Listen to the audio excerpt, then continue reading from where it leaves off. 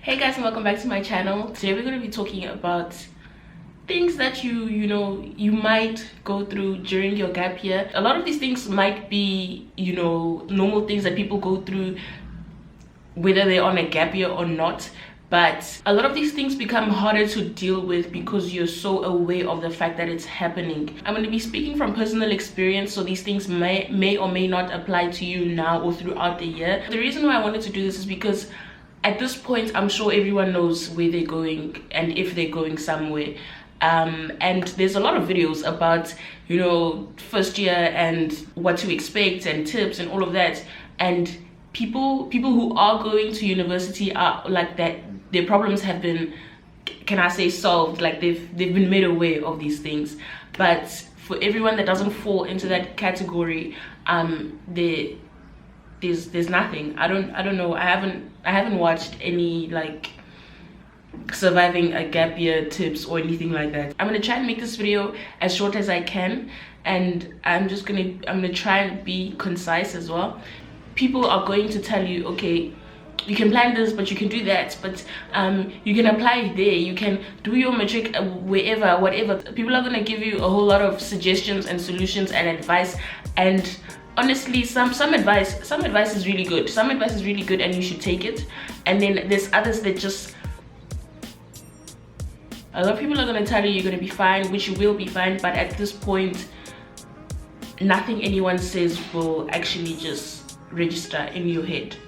Hopefully you're not as stubborn as me, but a lot of the times when you're still deep in a situation and people are trying to help you out of it, you often I don't want to say disregard because it's not a conscious thing, but a lot of the things that people will say to try and help you will not register because you can't see past what's happening right now, so yeah. So my first point is, if you want to cry, Sisi, cry.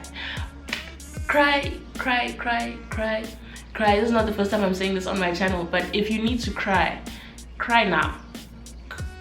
Cry now in the beginning, cry now. If you're sad, cry so that you can get over it. 3 months from now, when you're supposed to now start making a plan or following through with your plan, everything that you pushed back in the beginning of the year, or everything that you did, all of the tears that you did not cry in the beginning of the year will come back and fetch you. They will come back and fetch you, and they will fetch you when you don't want them to fetch you. So if you need to cry. The next one is quite obvious. You need to find a way to keep yourself busy. Be it getting a job, going to the gym, joining a sports club, joining any type of club, just keeping yourself busy, I kid you not. Sitting at home gives you so much time to think about everything, literally everything. You will be thinking about things that may not even have to do with what you're going through. You'll have so much time on your hands that you won't even know what to do with it. You actually won't know what to do with it.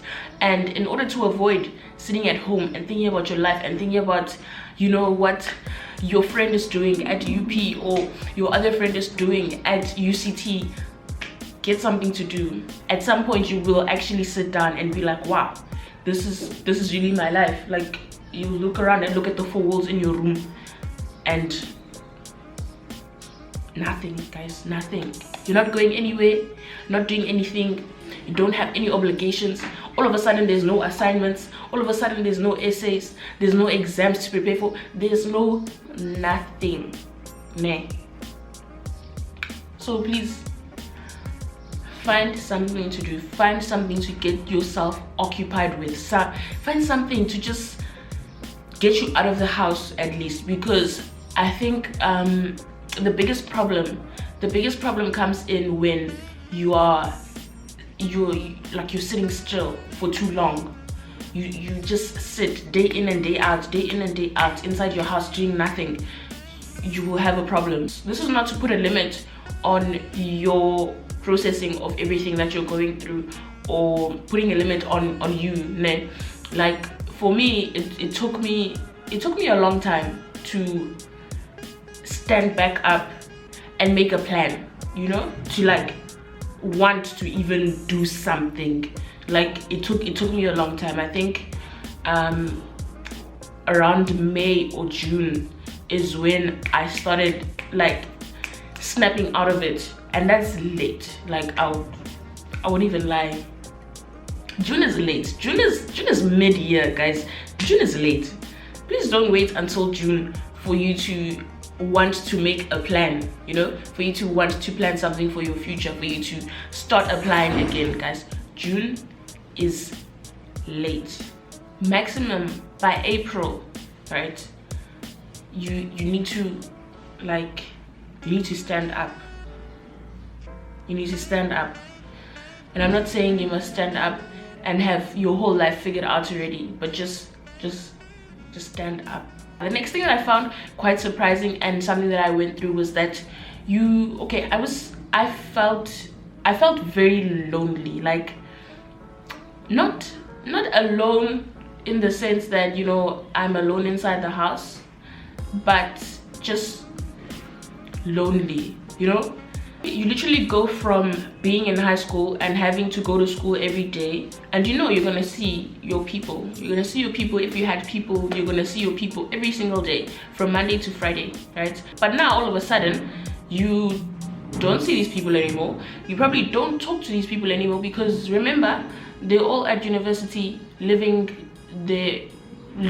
different lives now. Like everyone's taken a different path, right? So automatically you're just not part of that. I think at some point throughout the year I felt like I was being left behind, you know.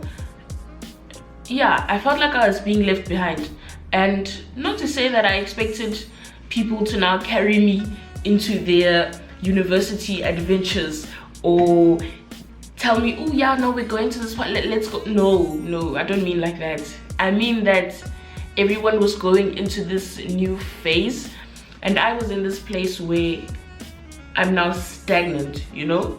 There's no movement, there's no kind of changing of chapters. My point is, prepare to feel lonely, because you will actually feel lonely at some point. You will be mentally tested, guys.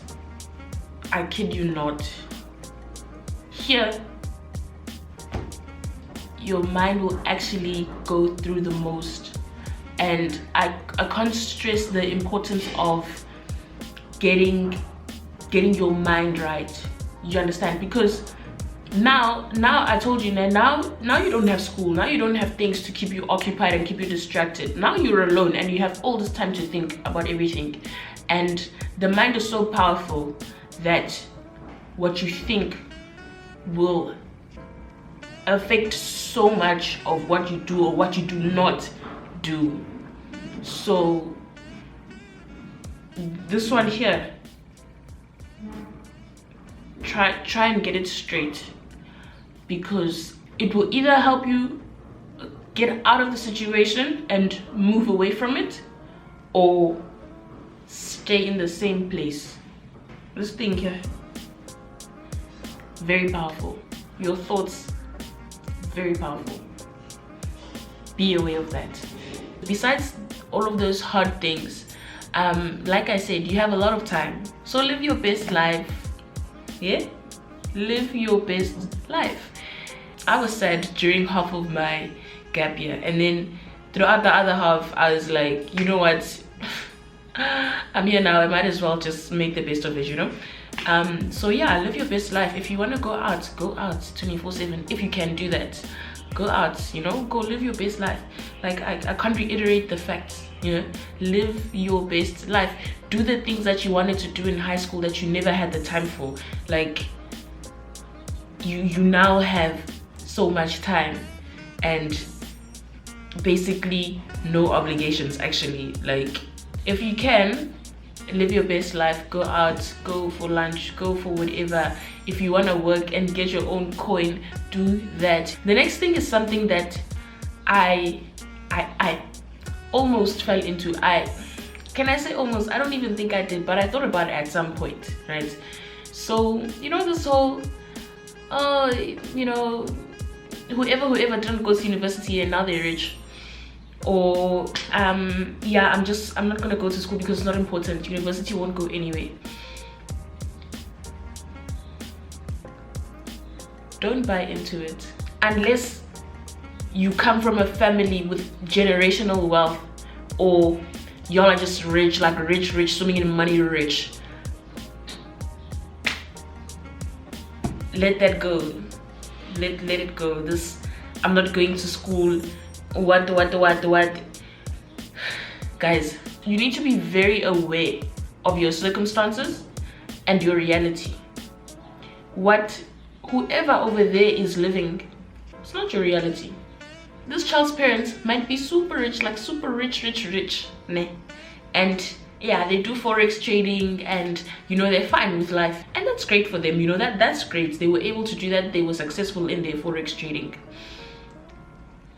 Sissy, that is not your reality. If it's not your reality, don't force it on yourself, because you will get swept into these things that have nothing to do with you, and by the time you find your way out of it, you'll be like, you'll be even more lost than you were in the beginning. A lot of us have dreams that are unconventional for our cultures and for just for being for our African parents, really. Like, a lot of our dreams and aspirations have nothing to do with what they were brought into, or what they were taught, or what they know. So a lot of the things that we want, they don't understand. It would be so great if we could just leave everything behind and say, yes, I'm gonna go and be a model, and I'm gonna chase it until I get it. Because yes, you can chase that until you get it, but what happens if you don't get it? I'm very aware that having a degree doesn't mean you have a job, but rather have your degree and chase your dream than not have a degree and chase your dream that might not work out. If you're like me and you're an average person with a normal family, babes, go to school. Like, you don't lose anything by going to school. Go. If you don't like it, drop out by all means. If it's wrecking your mental health, drop it, but try. Try, guys. You don't want to find yourself like now on the 27th of Jan this year, you're living a certain reality. You don't want to find yourself next year same time in the same position, because a whole year is a lot of time. It's a lot of time. And if you think you don't know what to do with yourself now, imagine if next year you're still in the same position, you still don't know what to do with yourself.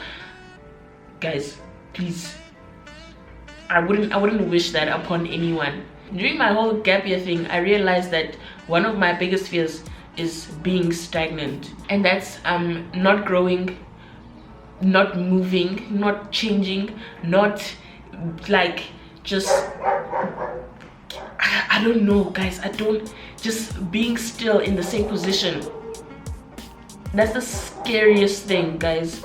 If you can sit down today on the 27th of Jan and think about what you were doing last year on the 27th of Jan, and you find yourself like this, in the same place, in the same circumstances, the same situation, it's so scary.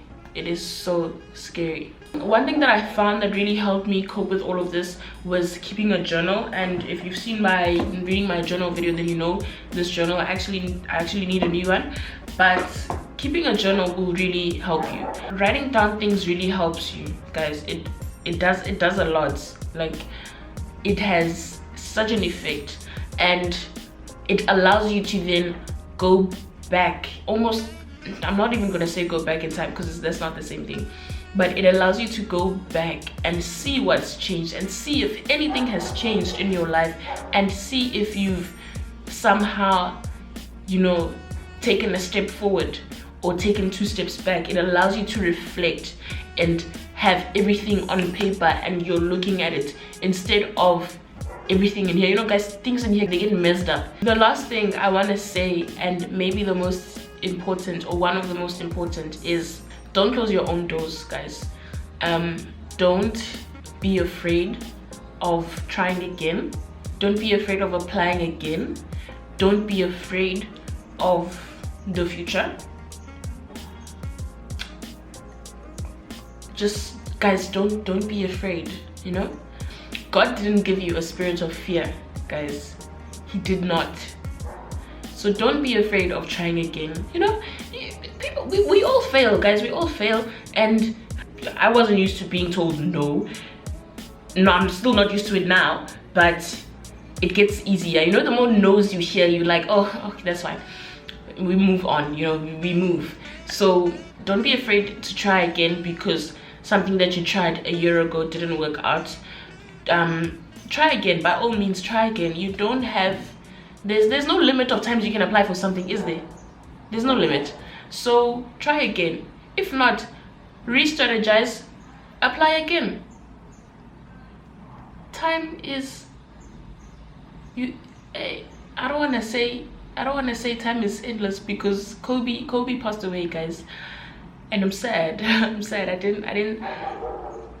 It's such a reminder that no one is here forever, and when you go, there's no warning.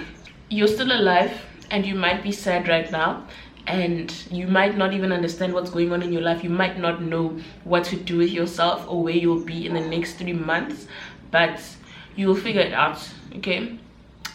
You will figure it out and you'll be fine. People go through things differently, and different things happen to different people. But yeah, it's all part of life, isn't it? Everything is part of the process. A lot of the things that you will go through are in preparation for something that is coming. And yeah, I think that's it from me for this video. I hope at least something that I said made sense to you, and if at this point it's not making sense, revisit this video in 3 months, 4 months, 6 months. Revisit the video, maybe something is gonna make sense. Yeah, if you like this video, give it a thumbs up. Don't forget to subscribe, and I'll see you guys in my next video.